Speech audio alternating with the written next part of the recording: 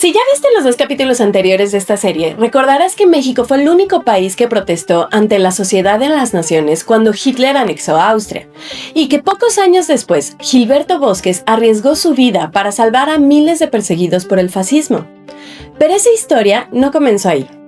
3 años antes de que Hitler invadiera Austria, antes de que estallara la Segunda Guerra Mundial y antes de que Gilberto Bosques convirtiera a los consulados mexicanos en refugios para quienes huían del nazismo, hubo otro dictador europeo convencido de que podía conquistar un país entero sin que nadie se opusiera.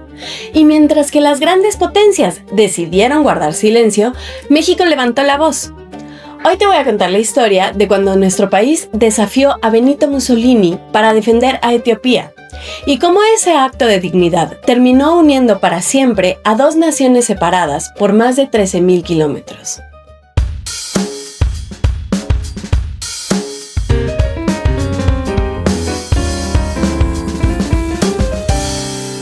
De octubre de 1935. Todavía faltaban 4 años para que comenzara oficialmente la Segunda Guerra Mundial. Pero el mundo ya estaba cambiando. En Europa, los regímenes totalitarios crecían con rapidez, y uno de ellos estaba decidido a construir un imperio. Su líder era Benito Mussolini, su objetivo, Etiopía. Sin una declaración formal de guerra, Italia lanzó una invasión enorme, con tanques, aviación y un ejército muy superior. Del otro lado, Etiopía, uno de los pocos países africanos que todavía conservaba su independencia. En aquella época, casi todo el continente africano había sido repartido entre las potencias europeas: Francia, Gran Bretaña, Bélgica, Portugal e Italia. Etiopía era una excepción, y precisamente por eso se convirtió en objetivo. Entonces comenzó el horror. Las aldeas fueron bombardeadas desde el aire, las columnas militares fueron atacadas constantemente, y, violando los acuerdos internacionales vigentes, Italia comenzó a utilizar gas mostaza, una de las armas químicas más devastadoras de la época, no solo contra soldados, también contra civiles, hospitales y poblaciones enteras. Miles de personas murieron entre quemaduras químicas, asfixia y enfermedades. Y mientras todo esto sucedía, mientras un país independiente estaba siendo destruido, el mundo entero solo observaba. Pero Etiopía todavía tenía una esperanza: la Sociedad de las Naciones, la organización creada después de la Primera Guerra Mundial para evitar que una tragedia semejante volviera a repetirse. En teoría, si un país era atacado injustamente, los demás acudirían en su defensa. Al menos eso decía el papel. Mientras las tropas italianas seguían avanzando, el emperador Haile Selassie viajó a Ginebra no para pedir soldados ni dinero, solo pidió que las reglas internacionales se respetaran.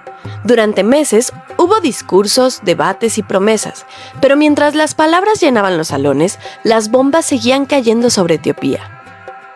Y aquí ocurrió algo que explica buena parte de lo que sucedería después en Europa.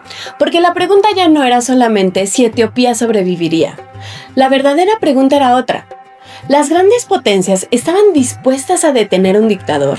¿O preferían mirar hacia otro lado para evitar un conflicto mayor? La respuesta cambió la historia.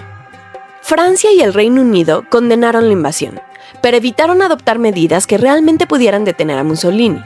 Temían empujarlo hacia una alianza con Hitler.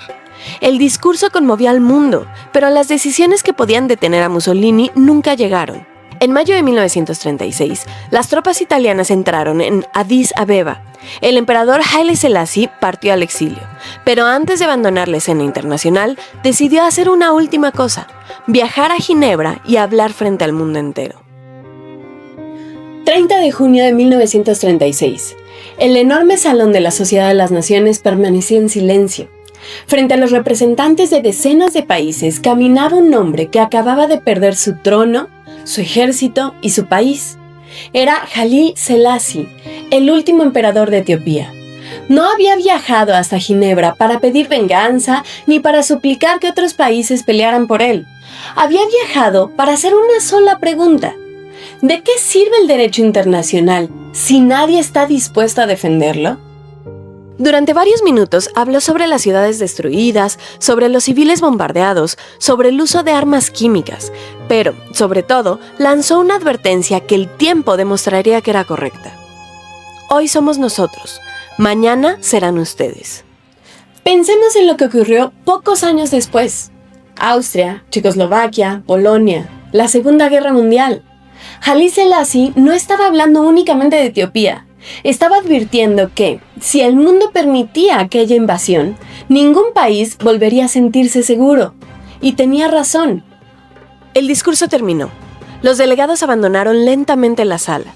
Los periódicos publicaron la noticia. Los gobiernos expresaron preocupación, pero las decisiones que realmente podían detener a Mussolini nunca llegaron. Las sanciones económicas fueron débiles. Nunca se suspendió la venta de petróleo, nunca se cerró por completo el comercio.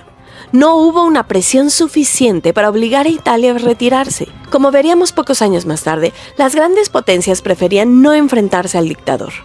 Parecía que todo había terminado. Etiopía había sido derrotada. El emperador partía al exilio, y el resto del mundo comenzaba a acostumbrarse a la idea de que aquella conquista era irreversible. Entonces, un país levantó la mano. México. México no era una potencia. No tenía colonias ni un ejército comparable a los de Europa. Nada lo obligaba a intervenir, y podía guardar silencio, como casi todos los demás. Pero decidió hacer exactamente lo contrario. Desde los primeros días de la invasión, la delegación mexicana comenzó a actuar. Uno de sus principales representantes era Marte R. Gómez. Gracias a sus gestiones, el 9 de octubre de 1935, la Sociedad de Naciones declaró oficialmente a Italia como nación agresora. Aquella resolución estableció algo fundamental. No era una guerra entre iguales. Existía un agresor y una víctima. Pocos días después, otro mexicano pidió la palabra. Su nombre era Isidro Fabela, el mismo diplomático que más tarde denunciaría la anexión nazi de Austria. El 19 de octubre de 1935 pronunció un discurso que definiría la postura mexicana. Condenó la invasión italiana como una violación flagrante del derecho internacional. Afirmó que México no podía permanecer indiferente frente a una agresión injustificada y expresó la solidaridad del pueblo mexicano con Etiopía y con el emperador Haile Selassie. Pero México no se conformó con denunciar, quiso actuar. En el Comité de Coordinación presentó una propuesta mucho más ambiciosa: suspender las exportaciones internacionales de petróleo hacia Italia. Era una medida lógica. Sin petróleo, la maquinaria militar italiana difícilmente podía sostener la guerra. Entonces ocurrió algo revelador. No fue Mussolini quien rechazó la propuesta, fueron las democracias europeas. Temían provocar una guerra aún mayor y prefirieron no presionar demasiado al dictador italiano. La propuesta mexicana quedó archivada y la invasión continuó. Y esta es una de las grandes lecciones de esta historia. A veces las guerras no continúan solamente por quienes disparan. También continúan porque otros deciden no detenerlas, no hablar. Pasaron meses. Etiopía seguía ocupada. Muchos gobiernos comenzaron a aceptar el nuevo mapa político. Entonces surgió una propuesta: eliminar a Etiopía como miembro de la Sociedad de Naciones. En otras palabras, aceptar oficialmente que la conquista italiana era un hecho consumado. Otra vez, Isidro Fabela pidió la palabra. Protestó con firmeza contra cualquier intento de expulsar a un Estado que había sido víctima de una agresión y defendió que la fuerza jamás podía convertirse en fuente de derecho. Pero cuando llegó el momento de votar, México fue el único país que votó en contra del reconocimiento de la ocupación italiana. El único. Durante años, parecía que todo había terminado. Etiopía seguía ocupada, su emperador permanecía en el exilio y Europa caminaba, casi sin darse cuenta, hacia una guerra mucho más grande. La invasión que el mundo había permitido en África no había detenido a Mussolini. Lo había convencido de que las democracias no estaban dispuestas a enfrentarlo, y Hitler observaba atentamente. Pero la historia todavía no había escrito su último capítulo.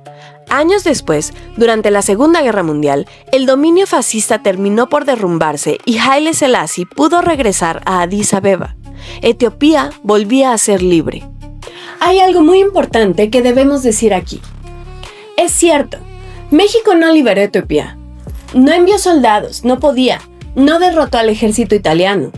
Pero eso vuelve a esta historia todavía más extraordinaria, porque lo único que México podía ofrecer era su voz, y decidió usarla.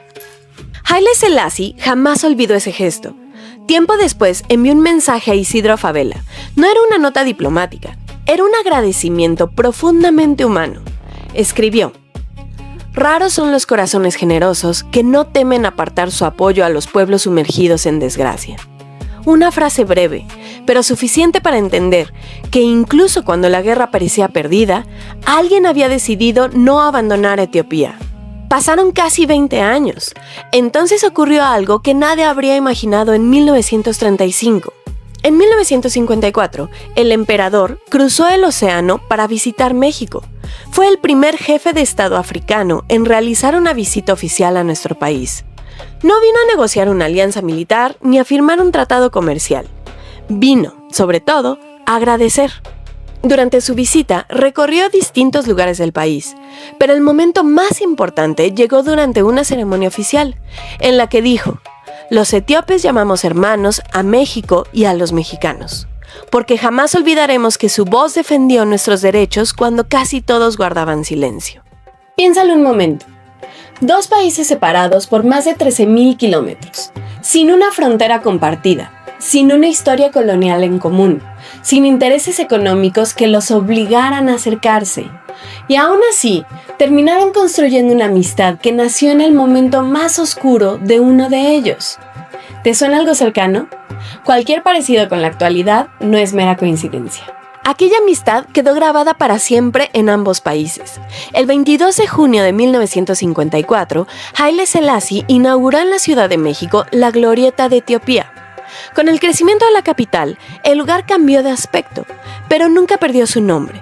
Hoy, miles de personas pasan diariamente por la estación Etiopía de la línea 3 del metro sin imaginar el origen de ese nombre. Su símbolo es un león, el león de Judá, emblema histórico de la monarquía etíope y uno de los títulos asociados al emperador Haile Selassie.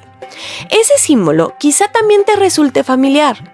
El león de Judá es uno de los emblemas del movimiento Rastafari, cuyos seguidores consideran a Selassie una figura sagrada. De hecho, el nombre Rastafari proviene de Ras Tafari, el título que llevaba antes de convertirse en emperador. La gratitud también cruzó el océano. En 1958, Etiopía inauguró en Addis Abeba la Plaza México. Quiero que por un momento volvamos al inicio de esta historia. Octubre de 1935. Un ejército cruzando la frontera. Aviones bombardeando ciudades, armas químicas cayendo sobre soldados y civiles, y un mundo entero observando. En ese momento parecía que nadie estaba dispuesto a defender Etiopía, pero no era cierto. Hubo un país que decidió levantar la voz, no porque fuera el más poderoso o porque fuera a obtener algún beneficio, ni siquiera porque aquella guerra pudiera afectarlo directamente, sino porque entendía que el derecho internacional solo tiene sentido cuando también protege a quienes no pueden defenderse solos. Si has visto los capítulos anteriores de esta serie, quizá ya empezaste a notar un patrón. Primero fue Etiopía, después Austria, más tarde Gilberto Bosques convirtiendo un consulado mexicano en refugio para miles de perseguidos por el fascismo. Y todavía hay más. No son historias aisladas, son capítulos de una misma idea, la de un México que, en algunos de los momentos más difíciles del siglo XX, decidió que la diplomacia podía ser una forma de valentía. Así que la próxima vez que pases por la estación Etiopía del metro de la Ciudad de México, detente unos segundos. Mira ese nombre, porque no recuerda una guerra o una conquista, recuerda algo mucho más difícil de encontrar en la historia. El día en el que un país decidió no guardar silencio cuando todos los demás sí lo hicieron. Y si te gustó esta historia, no olvides suscribirte al canal. Nos vemos en la próxima.